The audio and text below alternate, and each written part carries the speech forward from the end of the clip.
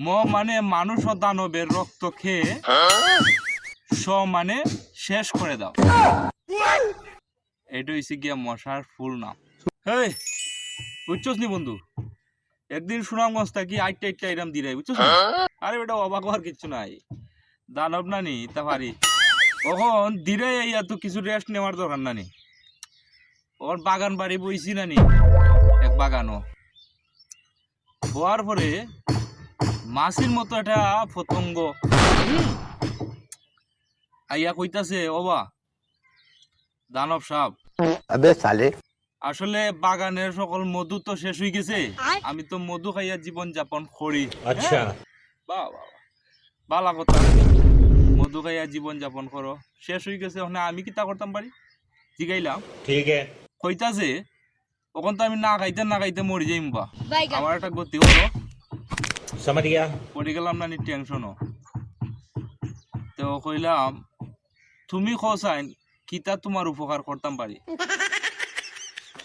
কয় কোনদিন রক্ত খাইছি না, দানবের তুরা রক্ত খাইয়া দেখিছাইন, বালা লাগলে মানুষের বা দানবের রক্ত খাওয়া শুরু করবো, যেহেতু ফুল নাই মধু নাই বাঁচতে তৈব।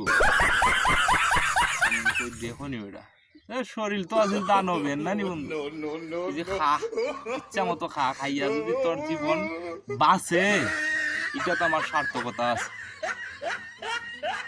কখন খাইতে 1.5 কেজি খালি রক্ত খাইলিছে আমার শরীর, খাইয়া এমন মজা পাইছে, তার যত সহপার্টি আছে ফ্যামিলির যতটা আছে সব লইয়া আইছে, আইয়া দুম সেখানে আরম্ভ করছে, প্রায় 1.5 মণ রক্ত খাইছে আমার শরীরে।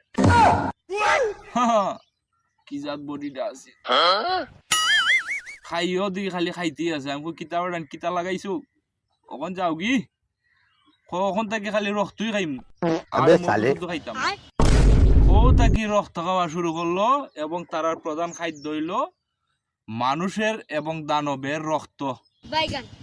তখন তাকি ওই পতঙ্গের নাম পড়ছে মশা।